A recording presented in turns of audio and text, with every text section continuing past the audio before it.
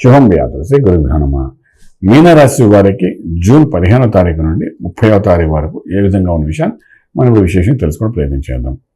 రాశిలో రాహు యొక్క ప్రభావం, ద్వితీయంలో కుజుడు, తృతీయంలో బృహస్పతి, చతుర్థంలో బుధుడు రవి శుక్రుడు, సప్తమంలో కేతు, వ్యయంలో శనీశ్వరుడు. ఈ మీనరాశి వారికి ఎలా ఉంది అంటే వెనక చూస్తే శని, ముందు చూస్తే కుజుడు, రాశిలో రాహు, అంటే వరుసగా 3 పాపగ్రహాలు ఇమిడి ఉన్నాయి. సో ఈ రకంగా ఉన్నప్పుడు ఆర్థిక వ్యవహారంలో ఉద్యోగులు ఇచ్చే కొత్త ప్రయత్నాలు ఏమేం చేస్తున్నారో దాన్ని కొంతవరకు ఆపుకోండి. ఉన్న ఉద్యోగాన్ని నిలబెట్టుకోగలిగితే చాలు, 10,000 అనుకోవచ్చు అది. అలాగే వ్యాపారంలో కూడా కొత్త వ్యాపారం శ్రీకారం చూడకండి. ఏ పని ప్రస్తుతానికి చేసే ప్రయత్నంలో వెళ్ళకండి. కుజుడు ఎప్పుడైతే కుటుంబ స్థానంలో ఉన్నాడో, బలంగా ఉన్నాడో, వాడు కొంత యోగా ఇస్తాడు కాదనంటే, కానీ ఈ కుజుడి మీద శని యొక్క దృష్టి కూడా పడింది. అంచేత ఇవ్వాలనుకున్న వాడు కూడా ఇవ్వకుండా స్టాగ్నెంట్ చేస్తారు. సో మనకు అన్నీ వచ్చేస్తున్నట్టుగా ఉంటే, అన్నీ మనం పెట్టిన దానిలో లాభాలు వస్తాయి అనుకుంటాం. అలాగే మనం ప్రయత్నం చేస్తే పని అవుతుంది అనుకుంటే, మనం తెలిసిన వాడు ఎప్పుడో గవర్నమెంట్లో ఉన్నాడు, వాడు మనకు డబ్బులు ఇస్తే పని చేసేస్తాడు, డబ్బులు కూడా ఇచ్చేస్తాం, పని అయిపోతుంది అనుకుంటాం. ఇలా రకరకాల భ్రమలు మనం ఉంటాం. కానీ అన్నీ ఖర్చే. ఇది శని దృష్టి కుజుడి మీద పడింది కాబట్టి కుజుడి చేతి పని చేయనివాడు. కంట్రోల్ బై శాటర్న్ కాబట్టి కుజుడు. సో వాడు చేయాలనుకున్నా ఏ పని చేయలేని పరిస్థితిలో ఉంటాడు కాబట్టి మనకి దానివల్ల నష్టమే తప్ప లాభం జరగదు. అలాగే ఇంపోర్ట్ ఎక్స్పోర్ట్ వ్యాపారాలు కూడా న్యూట్రల్గానే ఉన్నాయి. విదేశాలకు వెళ్ళి ఉద్యోగం చేయాలనుకున్న వాళ్ళు ఆ ప్రయత్నం ఆపుకోండి 15 రోజులు. అలాగే విదేశాలకు వెళ్ళి సెటిల్ అవ్వాలనుకున్న కాకుండా చదువు కోసం వెళ్ళే వాళ్ళని కూడా అనవసరపు ఖర్చులు ఎక్కువ జరిగే అవకాశం కనబడుతున్నాయి. ఈ 15 రోజులు ప్రయత్నం చేయకండి.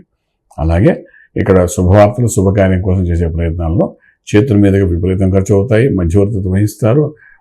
ఫాల్స్ ప్రెస్టేజ్ ఇష్యూ కోసం ఖర్చు విపరీతంగా పెట్టే అవకాశం అయితే బాగానే కనబడుతుంది. అలాగే ట్రేడింగ్ అనేది న్యూట్రల్గా ఉంచండి, ఏం ప్రయత్నం చేయకండి. లక్కీ నెంబర్ మాత్రం 1 కనబడుతోంది. బస్టిల్ యాక్టివిటీ అనేవి చేయకలేదు. మంత్రమే శరణ్యము అనుకున్నప్పుడు ఇక్కడ మేధా దక్షిణామూర్తి మహామంత్రం చదివినప్పుడు రాశి బలం పెరుగుతుంది, రాహు యొక్క ప్రభావం తగ్గుతుంది.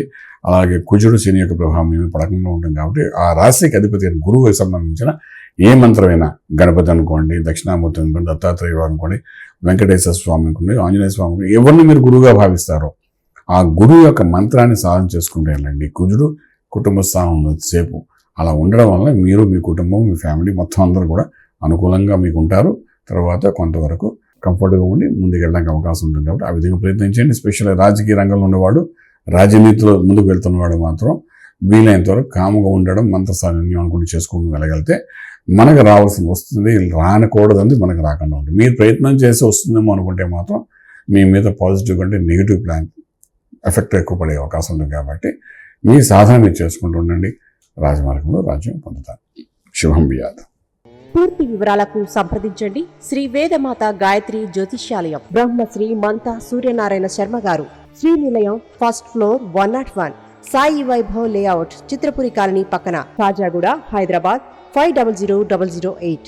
సంప్రదించవలసిన ఫోన్ నంబర్ 8855559147, 8855559148, 9849996644.